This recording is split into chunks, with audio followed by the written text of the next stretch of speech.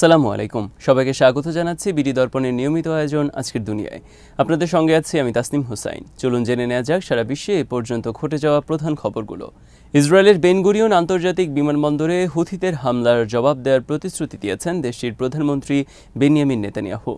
আরও বলেছেন, ইরানকেও এই হামলার পরিণতি ভোগ করতে হবে। এক প্রতিবেদনে এই তথ্য জানিয়েছে কাতার ভিত্তিক সংবাদ মাধ্যম আল জাজিরা। আল জাজিরার যাচাইকৃত ছবি এবং ফুটেজ অনুসারে রোববার ইরান সমর্থিত ইয়েমেনের বিদ্রোহী গোষ্ঠী হুথি আনসারাল্লাহর ছোড়া একটি ব্যালিস্টিক ক্ষেপণাস্ত্র ইসরায়েলের বিমানবন্দরে আঘাত হানে, যার ফলে একটি রাস্তা এবং যানবাহন ক্ষতিগ্রস্ত হয় ও বিমান চলাচল বন্ধ হয়ে যায়।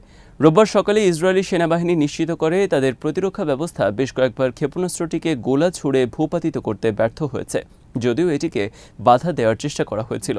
এই ক্ষেপণাস্ত্র হামলায় ৮ জন আহত হয়েছেন বলেও জানিয়েছে প্যারামেডিকেরা। ইসরায়েলি সংবাদ মাধ্যম জানিয়েছে, যুক্তরাষ্ট্রের নির্মিত উন্নত থার্ড সিস্টেম ও তেল আবিবের দূরপাল্লার অ্যারো প্রতিরক্ষা ব্যবস্থা ক্ষেপণাস্ত্রটি ভূপাতিত করতে ব্যর্থ হয়েছে। মার্কিন সংবাদ মাধ্যম সিএনএন-এর প্রতিবেদনে বলা হয়েছে, ইরান সমর্থিত হুথি বিদ্রোহীরা এই হামলার দায় স্বীকার করেছে। বিবৃতিতে তারা জানায়, গাজায় ইসরায়েলের গণহত্যার জবাবে এই হামলা চালানো হয়েছে। হুথি মুখপাত্র ইয়াহিয়া সারি এক বিবৃতিতে বলেন, আমেরিকান ও ইসরায়েলি প্রতিরক্ষা ব্যবস্থা বেন গুরিয়ন বিমানবন্দরের দিকে লক্ষ্য করে ছোড়া ক্ষেপণাস্ত্র আটকাতে ব্যর্থ হয়েছে। হামলায় হাইপারসনিক ব্যালিস্টিক ক্ষেপণাস্ত্র ব্যবহার করা হয়। এই হামলার প্রতিক্রিয়ায় সামাজিক যোগাযোগ মাধ্যমে নেতানিয়াহু লেখেন, হুথিদের আক্রমণ শেষ পর্যন্ত ইরান থেকে এসেছে। তিনি লেখেন, ইরানি টেরর মাস্টারদের বিরুদ্ধে বিমানবন্দরে হুথি হামলার জবাব নির্দিষ্ট সময় ও স্থানে দেবে ইসরায়েল। ইসরায়েলের হুমকির জবাবে ইরানের প্রতিরক্ষামন্ত্রী আজিজ নাসির জাদেহ বলেছেন, আমেরিকা বা ইসরায়েল আক্রমণ করলে তেহরান পাল্টা আক্রমণ করবে।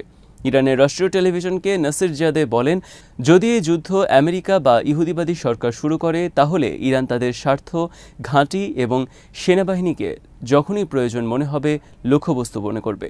তিনি আরও বলেন, ইয়েমেনের হুথিরা হামলা করার সিদ্ধান্ত নিজেরাই নেয়। গাজায় ইসরায়েলি আগ্রাসন শুরুর পরপরই ইসরায়েল লক্ষ্য করে হামলা চালিয়ে আসছে ইয়েমেনের হুথি আনসারাল্লাহ। হুথিদের থামাতে যুক্তরাষ্ট্র ও ব্রিটেন দফায় দফায় বিমান হামলা করেও হুথিদের থামাতে পারেনি। হুথি নেতারা জানিয়েছেন, ফিলিস্তিনি প্রতিরোধ যোদ্ধাদের প্রতি সংহতির অংশ হিসেবে তাদের এই দখলদার বিরোধী লড়াই অব্যাহত থাকবে। গাজায় হামলা বাড়াতে নতুন করে রিজার্ভ সেনা মোতায়েনের প্রস্তুতি নিচ্ছে ইসরায়েল। ইসরায়েলি মিডিয়ার খবরে জানা গেছে, ইতোমধ্যেই হাজার হাজার রিজার্ভ সেনাকে ডেকে পাঠানো হয়েছে। এই উদ্যোগে অঞ্চলটিতে আরও বড় আকারের সামরিক তৎপরতার ইঙ্গিত স্পষ্ট হয়ে উঠেছে, যা সামনের দিনগুলোতে এই সংঘাতকে আরও রক্তক্ষয়ী করে তুলতে পারে। ইসরায়েলি প্রতিরক্ষা বাহিনী আইডিএফ জানিয়েছে, আগামী কয়েক দিনের মধ্যে হাজার হাজার রিজার্ভ সদস্যকে সক্রিয় বাহিনীতে অন্তর্ভুক্ত করা হবে। এই বাহিনী সরাসরি গাজায় মোতায়েন করা হতে পারে অথবা অন্যান্য ফ্রন্টে যেমন লেবানন, পশ্চিম তীর ও সিরিয়ার সীমান্তেও পাঠানো হতে পারে, যাতে নিয়মিত বাহিনীকে গাজা আক্রমণে কেন্দ্রীভূত করা যায়। নতুন এই পদক্ষেপের মাধ্যমে গাজায় নতুন আক্রমণ শুরুর প্রস্তুতি চলছে। ইসরায়েল সরকার জানিয়েছে, 2025 সালকে যুদ্ধের বছর হিসেবে ঘোষণা করা হয়েছে এবং 4 লাখ রিজার্ভ সেনাকে ডেকে আনার পরিকল্পনা চলছে। এই পদক্ষেপের ফলে দেশটির শ্রমবাজারে চাপ বাড়ছে এবং অনেক কর্মী যুদ্ধে যোগ দিতে গিয়ে তাদের চাকরি হারাচ্ছেন। গাজা ও সিরিয়ায় চলমান উত্তেজনার কারণে ইসরায়েলের প্রধানমন্ত্রী নেতানিয়াহু 7 থেকে 11 মে পর্যন্ত আজারবাইজান সফর স্থগিত করেছেন। নেতানিয়াহুর এই সফর বাতিলের সিদ্ধান্তের পর নিরাপত্তা বিষয়ক মন্ত্রিসভা গাজায় আক্রমণের পরিধি বাড়ানোর অনুমোদন দিয়েছে। এর আগে গাজায় হামলার শুরুর দিকে রিজার্ভ সেনাদের ডেকেছিল ইসরায়েল, কিন্তু তারা কাজ ছেড়ে যুদ্ধের মাঠে থাকার ফলে দেশটির অর্থনীতি ভেঙে পড়তে শুরু করে, যে কারণে এই সেনাদের গাজা থেকে ফেরত পাঠানো হয়। তবে দীর্ঘ লড়াইয়ে গাজা যুদ্ধে জিততে না পারার কারণে আবারও রিজার্ভ সেনা তলব করেছে দখলদার রাষ্ট্রটি। কাশ্মীর সীমান্তের নিয়ন্ত্রণ রেখা বরাবর ভারত ও পাকিস্তানের সেনাদের মধ্যে আবারও গোলাগুলির ঘটনা ঘটেছে। রোববার রাতে এই গোলাগুলির ঘটনা ঘটে, তবে এতে হতাহতের কোনো খবর পাওয়া যায়নি। এই নিয়ে টানা 11 রাত ধরে কাশ্মীর সীমান্তে ভারত ও পাকিস্তানের সেনাদের মধ্যে গোলাগুলি চলল। ভারতীয় গণমাধ্যমগুলো গোলাগুলি বিষয়ে বরাবরের মতো পাকিস্তানকে দোষারোপ করা হলেও রোববার রাতের ঘটনায় পাকিস্তানের পক্ষ থেকে এই রিপোর্ট লেখা পর্যন্ত কোনো বক্তব্য পাওয়া যায়নি। এনডিটিভির প্রতিবেদনে দাবি করা হয়েছে, কাশ্মীরের পেহেলগামে হামলার পর থেকে টানা 11 রাত ধরে পাকিস্তানি সেনাবাহিনী নিয়ন্ত্রণ রেখা বরাবর একতরফা গুলি বর্ষণ করছে। সর্বশেষ 4 ও 5 মের মধ্যবর্তী রাতে 8টি সেক্টরে ছোট অস্ত্র দিয়ে গুলি চালানো হয়। ভারতীয় সেনাবাহিনী এই গুলির পাল্টা জবাব দিয়েছে বলে দাবি করে সংবাদ মাধ্যমটি। এছাড়া চলমান এই সংঘর্ষের মধ্যে ভারত ও পাকিস্তান পরস্পরের এক একজন সেনাকে আটক করেছে। ভারতের বিএসএফ সদস্য পূর্ণম কুমার সাহু গত 23 এপ্রিল সীমান্ত অতিক্রম করে পাকিস্তানে প্রবেশ করলে তাকে আটক করে পাকিস্তান রেঞ্জার্স। এর পাল্টা হিসেবে 3রা মে রাজস্থানে এক পাকিস্তানি রেঞ্জারকে আটক করে বিএসএফ। এদিকে পেহেলগাম হামলার জেরে ভারতের সাম্প্রতিক কর্মকাণ্ডকে আগ্রাসী আখ্যা দিয়ে বিষয়টি আনুষ্ঠানিকভাবে জাতিসংঘ নিরাপত্তা পরিষদে তুলতে চায় পাকিস্তান। এ বিষয়ে দেশটির পররাষ্ট্র মন্ত্রণালয় নিরাপত্তা পরিষদকে ব্রিফ করার সিদ্ধান্ত নিয়েছে। পাকিস্তানি সংবাদ মাধ্যম দ্য ডন জানিয়েছে, পররাষ্ট্রমন্ত্রী ইসহাক দার জাতিসংঘে নিযুক্ত পাকিস্তানের স্থায়ী প্রতিনিধি আসিম ইফতিখারকে নিরাপত্তা পরিষদের জরুরি বৈঠক আয়োজনের নির্দেশ দিয়েছেন। পররাষ্ট্র মন্ত্রণালয়ের বিবৃতিতে বলা হয়েছে, পাকিস্তান জাতিসংঘ নিরাপত্তা পরিষদকে ভারতের আগ্রাসী কর্মকাণ্ড, উস্কানিমূলক বক্তব্য এবং হামলা পরবর্তী সময়ে নেয়া পদক্ষেপগুলোর বিষয়ে অবহিত করবে। বিশেষ করে সিন্ধু পানি চুক্তি স্থগিত করার বিষয়ে ভারতের পদক্ষেপ তুলে ধরা হবে। এনডিটিভি জানিয়েছে, ভারত ও পাকিস্তানের মধ্যে চলমান উত্তেজনার প্রেক্ষিতে জাতিসংঘ নিরাপত্তা পরিষদ স্থানীয় সময় সোমবার একটি রুদ্ধদ্বার বৈঠক আয়োজন করতে যাচ্ছে। এতে পাহেলগামে ঘটে যাওয়া হামলার পরবর্তী পরিস্থিতি এবং সিন্ধু পানি বণ্টন চুক্তির সিদ্ধান্ত নিয়ে আলোচনা হবে। ইউক্রেনের প্রেসিডেন্ট ভলোদিমির জেলেনস্কি বলেছেন, রাশিয়ার সঙ্গে যে কোনো মুহূর্তে যুদ্ধবিরতি সম্ভব, তবে যুদ্ধবিরতি বাস্তবায়নে মস্কোর উপর চাপ বাড়াতে মিত্রদের প্রতি আহ্বান জানিয়েছেন তিনি। স্থানীয় সময় রোববার চেক প্রজাতন্ত্রের রাজধানী প্রাগে এক সংবাদ সম্মেলনে জেলেনস্কি এসব কথা বলেন। চেক প্রজাতন্ত্রের প্রেসিডেন্ট পেতর পাভেলের সঙ্গে যৌথ সংবাদ সম্মেলনে জেলেনস্কি বলেন, চাপ না বাড়ানো পর্যন্ত রাশিয়ার প্রেসিডেন্ট ভ্লাদিমির পুতিন সংঘাত শেষ করতে কোনো বাস্তব পদক্ষেপ নেবেন না।